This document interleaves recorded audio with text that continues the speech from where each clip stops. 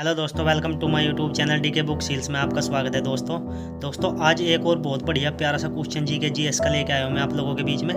दोस्तों, भारत में एकमात्र ऐसा कौन सा शहर है जिसमें 3 रेलवे जोन है? भारत में एकमात्र ऐसा कौन सा शहर है जिसमें 3 रेलवे जोन है? दोस्तों, इस क्वेश्चन का आंसर दे कमेंट में। और दोस्तों, इस वीडियो को ज़्यादा से ज़्यादा लाइक शेयर करें और दोस्तों हमारे चैनल को सब्सक्राइब करो। जय हिंद, जय भारत।